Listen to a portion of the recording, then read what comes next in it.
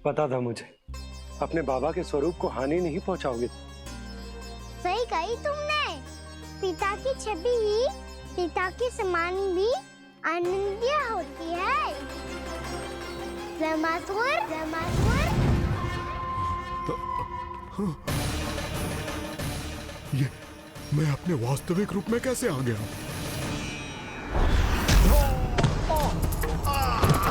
क्या तुमने ये ममता का और मेरी मैया का घोर अपमान है, ब्रह्मासुर।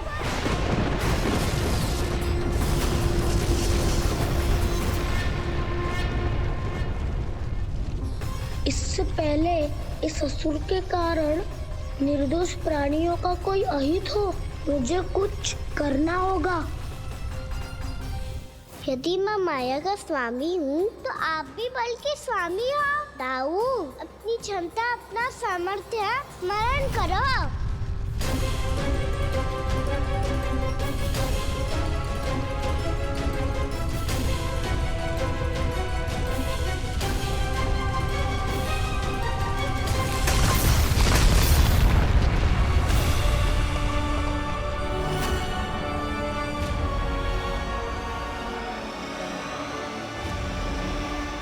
अद्भुत बलदाऊ, अद्भुत।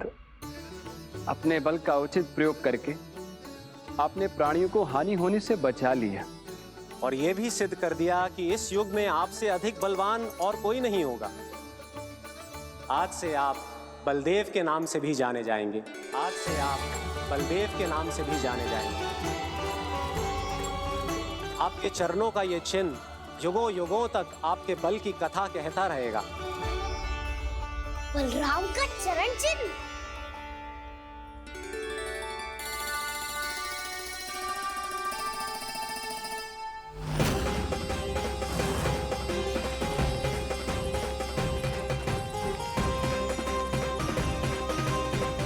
मेरी माया से आज तक कोई नहीं बच पाया है। एक बार मुझे छोड़कर देखो, फिर पता चलेगा कि मैं हूँ कौन। पहले ये तो देख लो कि मैं कौन हूँ।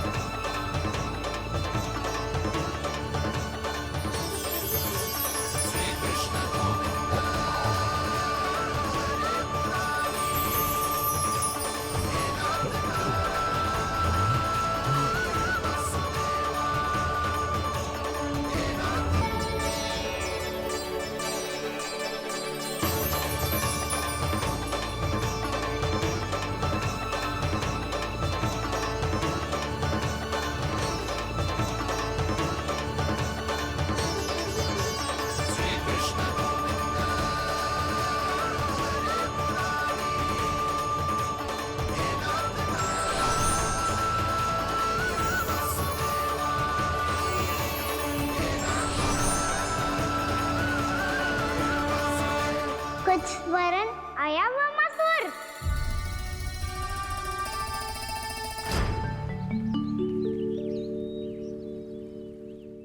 बहुत समय पहले की बात है।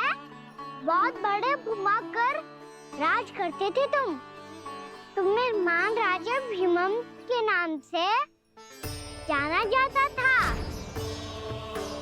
सब कुछ था तुम्हारे पास, पर शांति नहीं थी। इसीलिए शांति की खोज में अपना संपूर्ण राज अपने पुत्रों को सौंप कर हिमालय पर्वत की ओर चल दिए। अनेक वर्षों की तपस्या के बाद तुम्हारे तप की कीर्ति चारों ओर फैलने लगी और फिर सच्चे तपस्वी की धूप में तुम्हारी ख्याति से प्रभावित होकर महर्षि उलट तुमसे भेंट करने आए।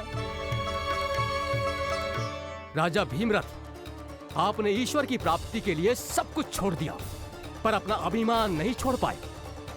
इसीलिए मेरे आगमन पर सम्मान के साथ खड़ा होना तो दूर, मेरा अभिवादन भी नहीं किया। अभिमान तपस्वी का गुण नहीं होता है राजन, अभिमान राक्षसी गुण है।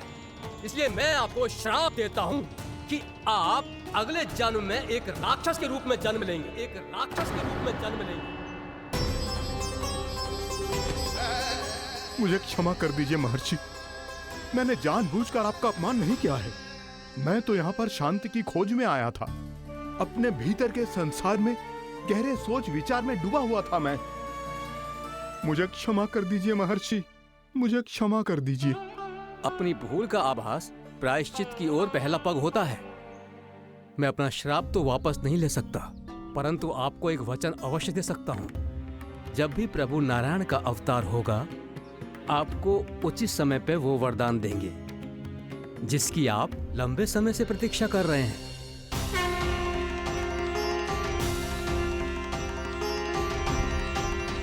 प्रभु, आपने मेरी आंखें खोल दी।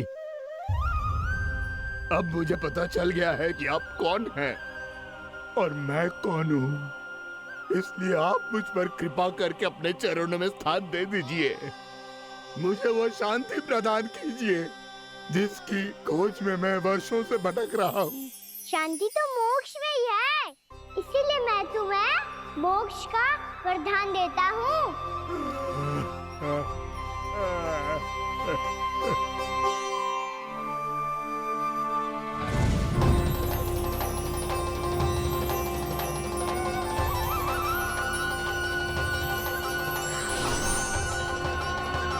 प्रभु की ये लीला सदैव स्मरण रखी जाएगी।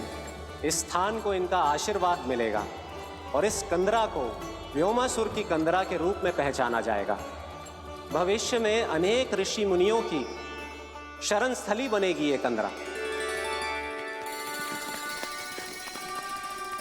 ये कोई साधारण बालक ना है। ऐसा चमत्कार कोई साधारण बालक थोड़ी ना कर सकते है। तुम सत्य कह रहे थे बलराम, कान्हा सच्चे में भगवान ही है। तभी तो सब देवता इसे बसाने और इसकी ओर से युद्ध करने आते हैं। तुम सब ऐसे आंखें फाड़ के क्यों देख रहे हो मुझे?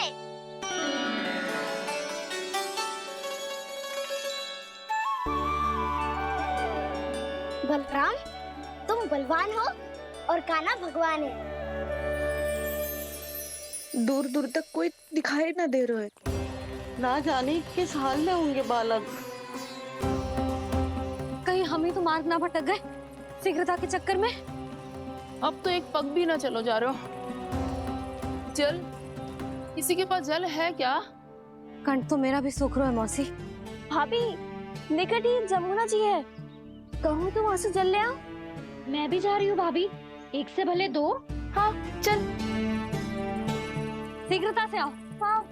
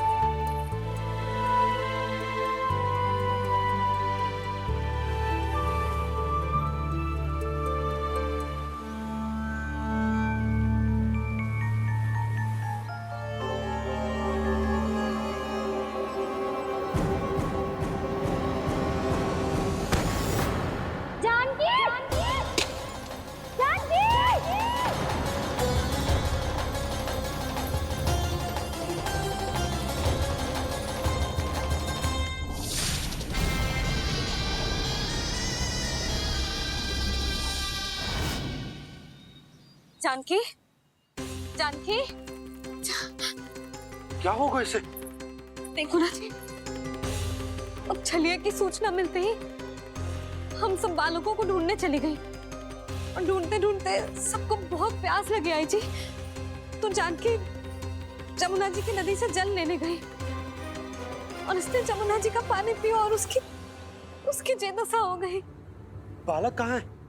वो ठीक तो है ना? ऊपर से सब ठीक है, पर भीतर से बहुत भयभीत है सब। जानकी तो बिल्कुल नीली पड़ गया है। लग तो है विष फैल गया है इसको पूरे तन में। मथुरा के सौ से विदेश जी को बुलाए गए हैं उसके उपचार के लिए। जैसे ही इसने जल को मुंह से लगाया, जे गिर पड़ी। चटपटाने का अवसर भी ना मिलो। हाँ वैद्य जी, और निकटी मृत पशु भी पड़े हुए थे। हाँ, मैंने भी अस्थियां देखी थी। इसका तो यही अर्थ हो सकता है कि समस्या वहाँ के जल में ही हो। वैद्य जी, आप रोगी की नाड़ी पे ध्यान दो ना। जे गोपिया क्या कह रही है उसे सुनने की आवश्यकता ना है। जब तक विष के कारण का पता नहीं चल जाता, हम उपचार कैसे कर सकते हैं रानी जी? जी, वो निकट ही यमुना जी में एक विशेष क्षेत्र है। ये सब उसी के जल की बात कर रहे हैं। तब तो ऐसा भी हो सकता है कि किसी विषैले सर्प के काटने का प्रभाव हो। पर सर्प के काटने का चिन्ह ना है उसके तन पे। सर्प जब काटता है तब उसके दांत के चिन्ह बन जाते हैं। मुझे पता है, बड़े बड़े सर्प को काटते हुए देखो है मैंने। एक दिन अब बस कर उज्जवल, ये बड़ी बड़ी हाँकने का समय ना है। पर यदि सर्प ने ना काटा है, फिर जानकी की ये दशा किसने की? अवश्य किसी राक्षस ने की होगी। नाना, कोई विषैला पशु भी तो हो सकता है। या अवश्य किसी महाविषैले सर्प के विष से हुआ है। सर्प ने भले ना काटा हो, लेकिन ये अवश्य ही किसी महाविषैले सर्प के विष के कारण हुआ है। कालिया नाग। कालिया नाग?